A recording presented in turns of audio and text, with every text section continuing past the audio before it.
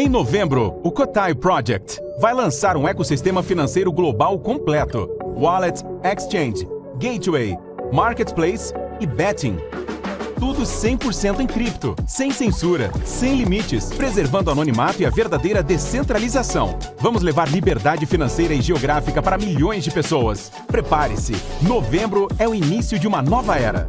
Kotai, o próximo nível da revolução cripto. Tá, primeiramente, eu acho que a gente também tem que se fixar que, embora as mulheres atualmente no Brasil não tenham nenhum direito a menos do que os homens, existe a necessidade do feminismo, infelizmente, na minha percepção, porque certos direitos ainda não são garantidos, certo? Então, uma mulher de Santa Catarina, em uma cidade rica como Florianópolis, por exemplo, ela vai ter muito mais acesso a planejamento familiar, uma educação de qualidade, do que uma jovem no interior do Maranhão. Então, quando a gente fala sobre direitos, a gente também fala sobre não somente a conquista teórica deles, mas a gente também se refere à adesão popular e cultural, e também a prática e a garantia da manutenção desses direitos. A prática significa que as moças do Maranhão terão os mesmos direitos na prática que as moças de Santa Catarina. E também pela manutenção desses direitos. Atualmente nós temos um exemplo de um secretário do Donald Trump que, através de um vídeo de um pastor, defendeu o fim do voto feminino, certo? Então, se a gente tá falando aqui de direitos, a gente também tá falando de garantias. E algo que aparentemente é extremamente básico e já antigo, uma das primeiras conquistas que as mulheres finalmente alcançaram, que é o direito ao voto, já está sendo questionado. E não somente nos Estados Unidos, que é a maior democracia do mundo, o país da liberdade, mas também em outros lugares. Outros países ocidentais, estranhamente. Aparentemente, todos esses direitos, eles necessariamente estariam atrelados a efeitos e outras condições anteriores que não ao feminismo, mas tudo bem.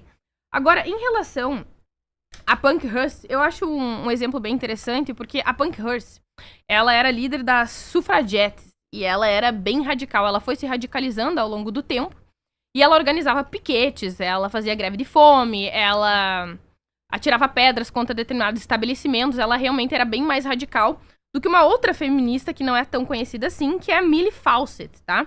Ela era uma líder de outro grupo, que era as sufragistas, e ela era defensora de uma conquista de voto muito mais constitucional, racional e pacífico. E eu não entendo. Talvez a Ana, ela entenda que uma conquista, ela só é relevante e significativamente resultado de um determinado grupo ou de determinadas pessoas quando ele é feito através de uma tomada, certo? Através de uma revolução, através de algo que tu impõe. E não necessariamente através do convencimento, através dos argumentos, porque foi isso que Millie Fawcett fez. Ela organizava palestras, debates abaixo-assinado, petições massivas e pressionava políticos, tá? O grupo dela chegou a ter cerca de 50 mil membros no Reino Unido, se não me engano, posso estar errada, pode ter sido nos Estados Unidos, agora eu não me lembro com exatidão. E não era um grupo pequeno, só que ela ficou muito menos famosa, né? Porque ela berrava menos, ela era menos estridente, ela era do tipo racionalista, meio espectro cinza, assim, água de chuchu pra alguns, né? Mas ela tinha um posicionamento muito mais consistente. A Pankhurst, quando ela se tornou conservadora, ela deixou de advogar pela causa. Ela simplesmente abriu mão porque ela porque ela precisava apoiar o governo.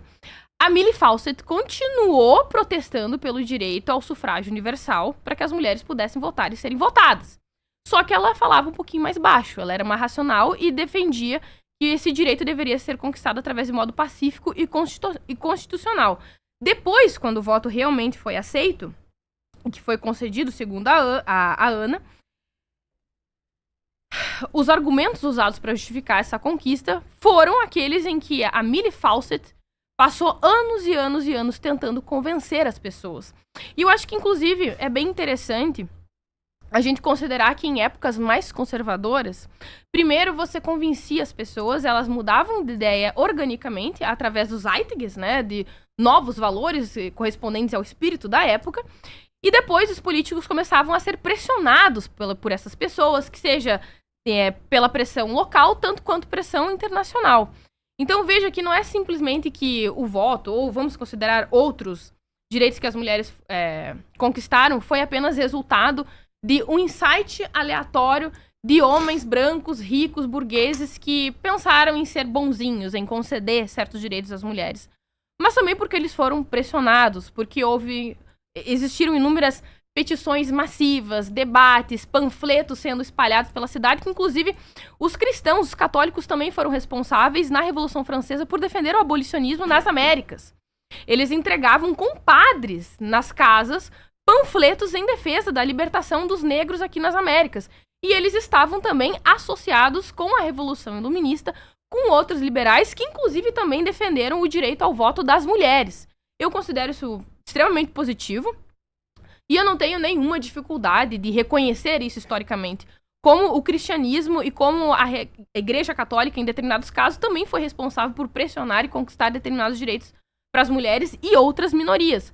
Mas, ao contrário da Ana, eu não tenho essa perspectiva de que eu vou analisar o meu grupo convenientemente pelos bons frutos e o meu adversário, ou aquele que eu não me reconheço, pelos maus frutos. A minha tendência é reconhecer o meu movimento e os grupos adversários através da verdade. Reconhecer que eles têm pontos bons e pontos ruins. Que o movimento feminista tem pontos bons e pontos ruins. O conservadorismo tem pontos bons e pontos ruins. Inúmeras injustiças foram cometidas em ambos os casos, em que houve muita moralidade, defesas que eu discordo, determinadas teses também, e que invariavelmente vão ocorrer, porque os seres humanos são assim, eles divergem, eles são dissidentes, eles cometem erros porque faz parte da natureza humana. Nós somos envaidecidos, nós somos cognitivamente limitados, e não somente a nível cognitivo, psicológico, mas também em relação às informações que nós vamos adquirindo ao longo do tempo a partir de determinadas evidências científicas, como por exemplo, a Meryl Snowcraft. Ela tinha uma visão extremamente idealista de que homens e mulheres seriam iguais, considerando a educação formal. Logo, eles se interessariam pelas mesmas coisas, eles se comportariam da mesma forma. Mas hoje em dia, nós sabemos evidentemente que não. Que homens e mulheres, embora eles tenham a mesma inteligência e as capacidades, inclusive, infelizmente, os homens estão muito abaixo atualmente nas avaliações escolares, eles vão ter, invariavelmente, propensões distintas, interesses distintos, um modo de produtividade também distinto.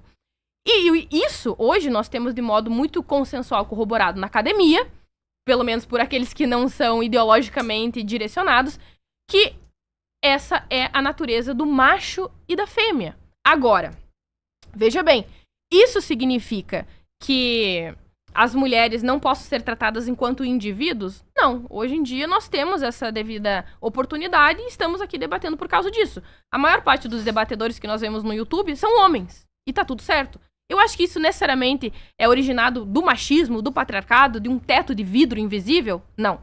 Eu penso que existe o fator sexismo, existem os fatores de estímulo, de motivação, mas também existem fatores intrínsecos à natureza individual e à natureza média de homens e de mulheres. Está tudo bem para mim. A questão é que, da mesma forma que nós reconhecemos esses aspectos da natureza e que, inclusive, feministas do passado erraram, eu penso que não tem nenhum problema em reconhecer os benefícios e algumas conquistas que as feministas tiveram no passado e que hoje se provaram como certas. Como, por exemplo, o acesso à educação formal. E tem muitos dados em relação a isso, de como a educação formal ela é positiva para a produtividade de um país, para as mulheres especificamente, que isso até mesmo é interpretado pelo Steven Pinker no livro Os Anjos Bons da Nossa Natureza, de que ao longo do desenvolvimento dos direitos para as mulheres, não somente as mulheres foram beneficiadas, mas na verdade os homens foram mais beneficiados ainda, tá? Por quê?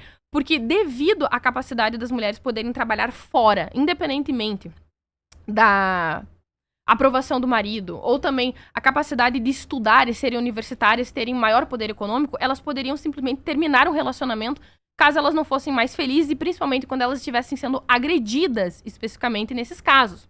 E por causa disso, o número de homicídios dentro do casamento caiu mais para os homens do que para as mulheres. Então, os homens foram muitíssimo beneficiados por isso, porque as mulheres pararam de matar os seus parceiros em legítima defesa. Não somente elas deixaram de morrer, mas os homens deixaram de morrer também, e mais do que as mulheres. E essa educação formal possibilitou que esses relacionamentos terminem de modo muito mais pacífico, menos trágico e irreversível. Isso também corresponde a gravidez que reduz as chances de acontecer de modo precoce, também reduz o sexo precoce e mantém as pessoas em relacionamentos mais duradouros, responsáveis e com correspondências sentimentais mútuas e que não vão eventualmente terminar em tragédia. É isso aí. Ok, vamos lá. Meu Deus, é muita coisa, mas... É, bastante. Vamos lá. A Glenda falou aqui sobre a manutenção de direitos. E eu achei esse assunto bem relevante. Por quê? Primeiro, as feministas já estão há algum tempo, eu diria décadas, negociando os nossos direitos em prol de outras agendas, e eu espero voltar nesse assunto. Mas, antes disso, ainda sobre o voto. Ela fala sobre o posicionamento de um membro da Casa Branca que parece que muito excepcionalmente falou sobre a revogação do voto da mulher. Veja bem, isso não é mais discutível hoje, mas naquela época lá, 1920, Chesterton escrevia sobre isso, era bastante discutível. Inclusive o voto que foi concedido aos negros, depois foi retirado, concedido novamente, etc. Esse é um assunto que se discute, veja. Discutir direitos não é imoral, né? Discutir direitos, analisar se eles são legítimos ou não. Veja bem, existe algo acima da lei, né? Que é a moral, a verdade, e essas coisas servem como critérios para discutir se uma lei é justa ou não, inclusive para reavaliar a lei, senão fecha o parlamento, né? O parlamento só existe para reavaliar leis que já existem e leis que possam passar a existir. Mas, com certeza, o posicionamento desse membro da Casa Branca é absolutamente excepcional. Não, nós não vemos isso sendo publicado com frequência entre conservadores. Não mais, porque o conservadorismo tem essa capacidade, sim, de evoluir, assim como todos os outros modelos. Agora, o que eu vou trazer aqui, a partir de agora, sobre o movimento feminista, isso não é excepcional.